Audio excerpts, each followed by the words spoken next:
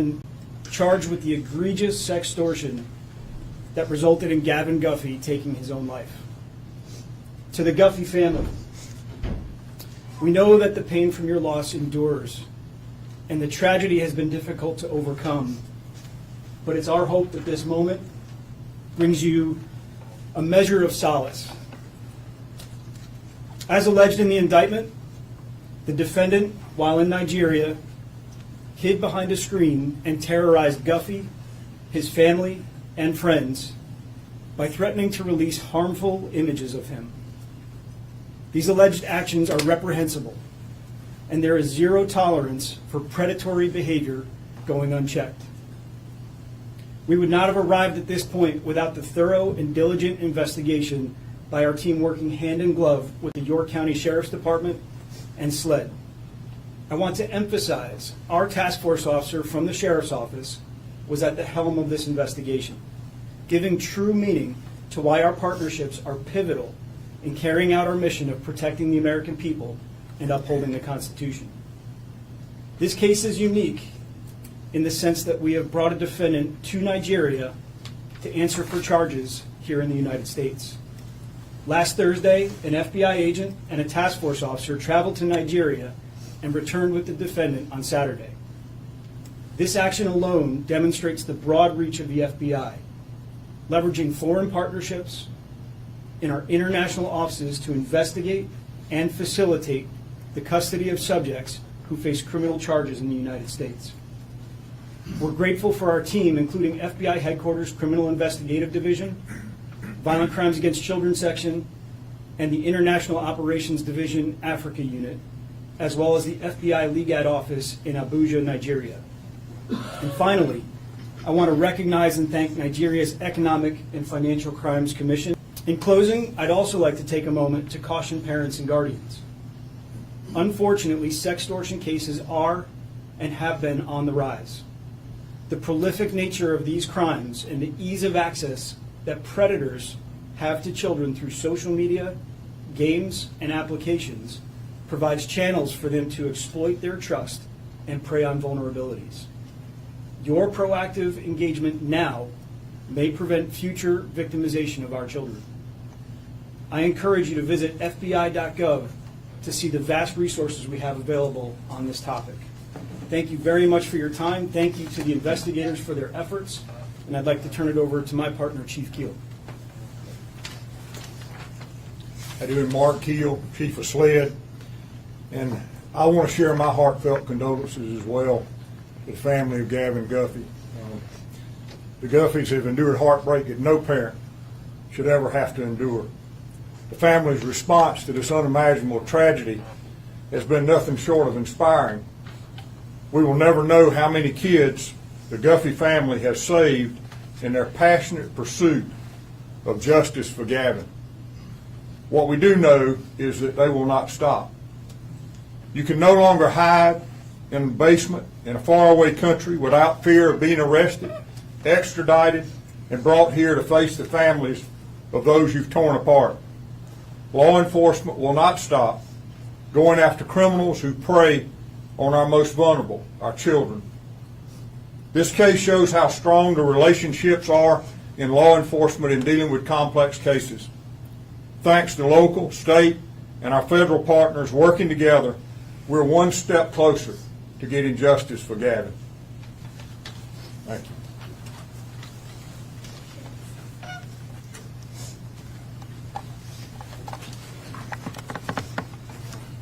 I've personally known the Guffey family for 30 years, and they've always been a special part of our lives. And first thing I want to do is I want to thank the FBI and Chief Keel and all the people that cooperated on this. I also recognize some of the leadership at York County throughout this whole process, Major Moore, Captain Neely, and the investigators, Director Hamilton, Lieutenant Clark, and Detective Robinson, that have put countless hours on this. And I think, to me, the most encouraging thing in it is that we have drawn a line in the sand in the battle of good and evil for our children. And I think that the message we said early on was that we would hunt somebody down to the ends of the earth if they hurt our kids.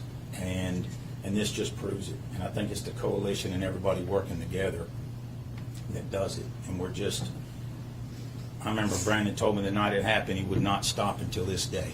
And I've never been more proud of anybody in my life than Brandon Guffey and the entire family.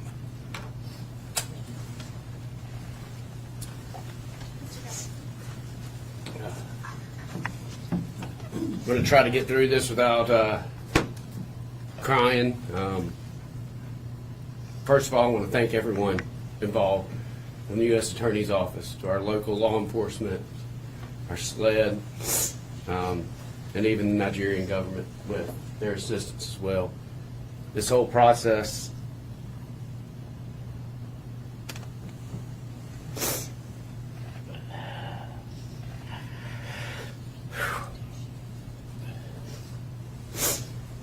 it's just the beginning of the next fight. It's time for us to really send that message. We brought Lawal here to hold him accountable for his crimes. And we will continue to fight to not only save kids like Gavin, but to save any additional kids that might feel the way that Gavin did before he took his life. Throughout this entire process, I've gained very special relationships with many of the people involved. We joked because I recognized our U.S. attorney whenever I first came in because we went to middle school together for a very brief time, and I recognized her.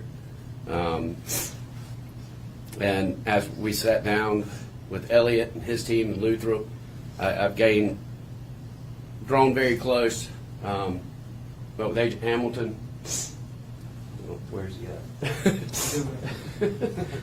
at? His work, his constant calls, his constant support, it's created a brotherhood that I'm forever grateful for. And our Sheriff Breeden, not only Sheriff Breeden, but our previous Sheriff Tolson, and the way that he was handling this situation.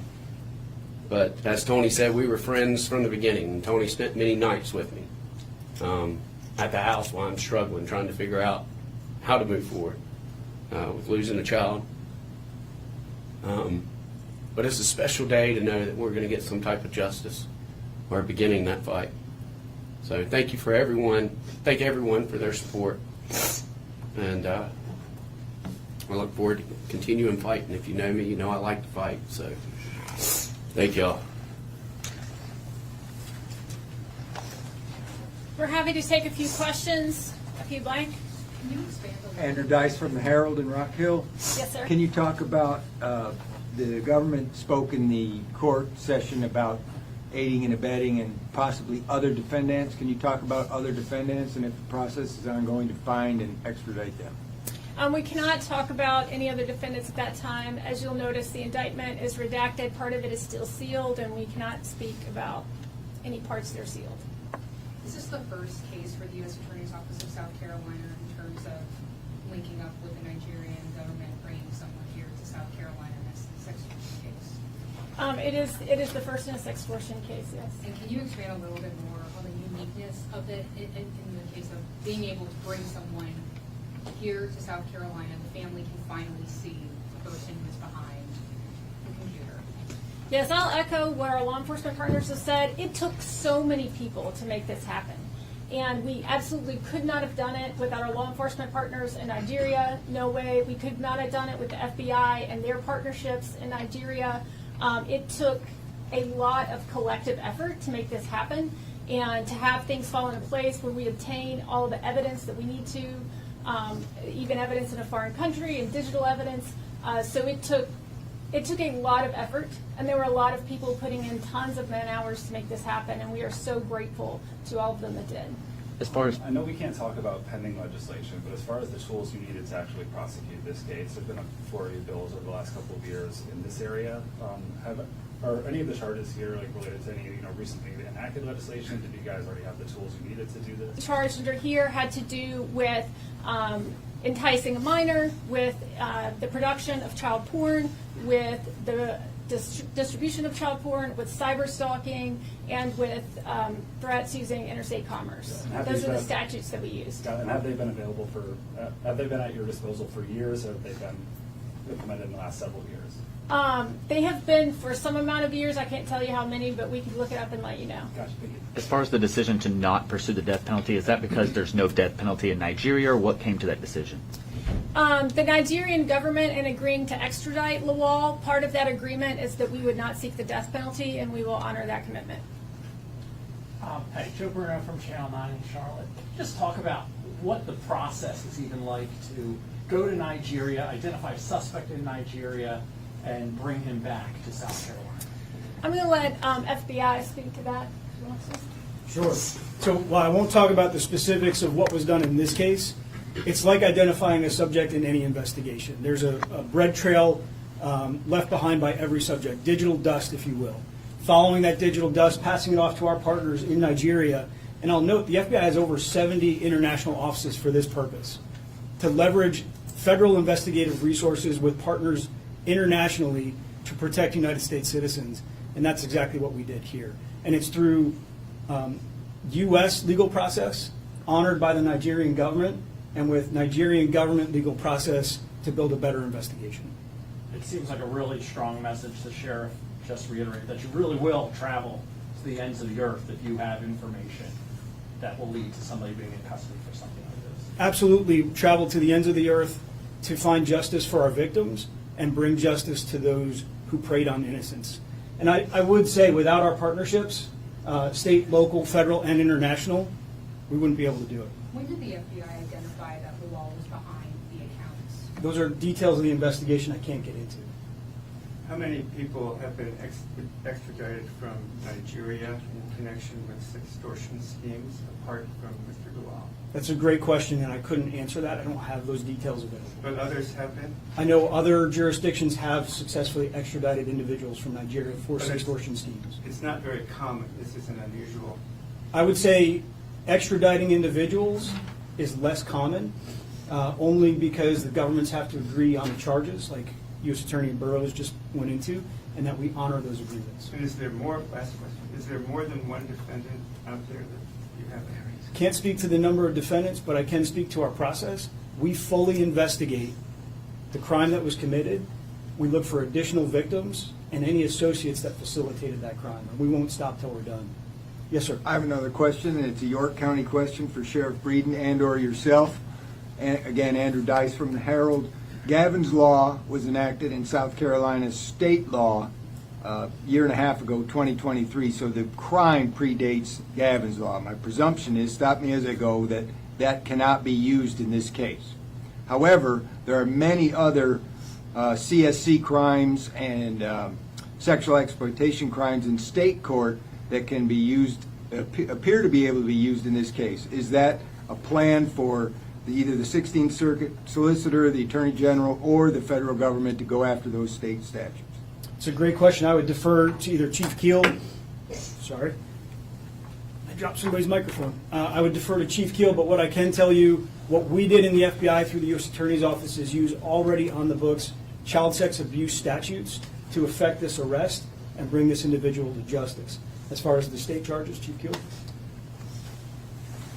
I would just say I can't tell you how many times, obviously, that charge has been used, or Gavin's Law has been used since it's been enacted. It has been utilized since then, but it would not apply in this It's particular case. not retroactive to in the time of Gavin's. the crime, right? It would not apply in this particular case. Okay. What about other sexual exploitation, first, second, and third, that is used often by your office, the digital forensic unit at the sheriff's office, and other law enforcement to go after these kind of people? That it would be applied in those type cases. So is it possible that there might be a parallel investigation and charging in the state court?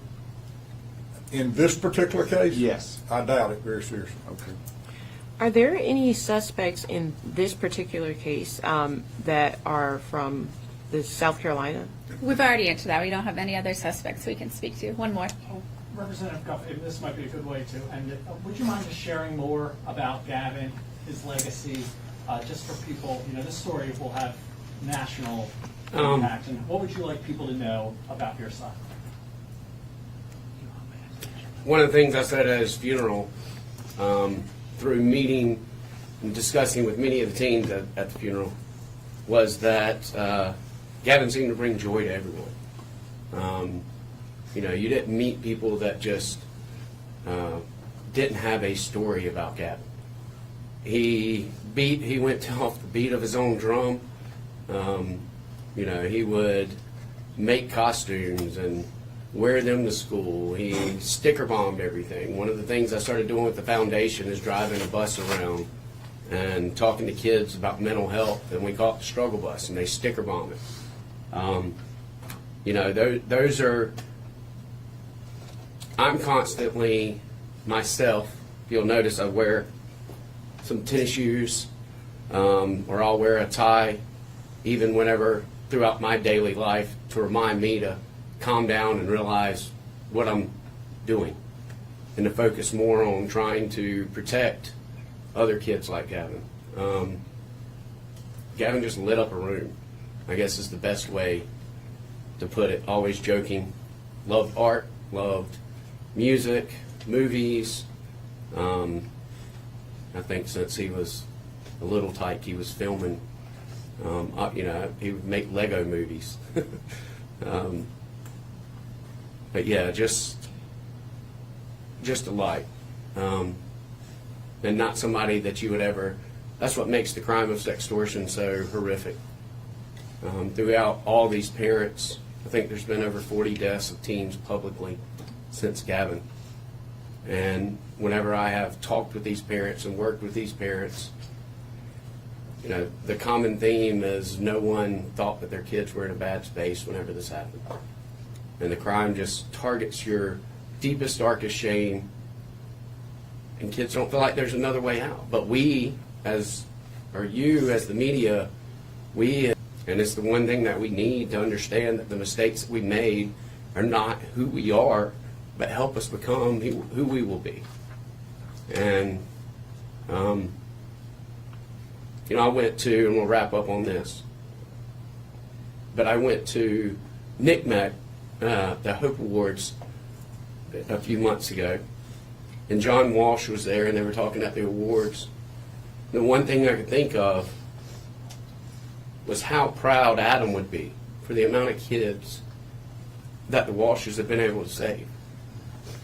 And that's the only thing that I can focus. I can't save Gavin, but I can hope to save other kids in pushing forward and not let that light be extinguished.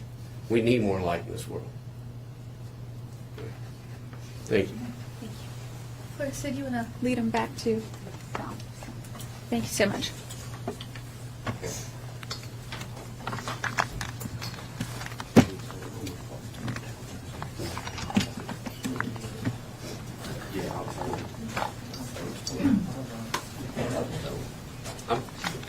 I'm fine to talk downstairs, because I still have more to say.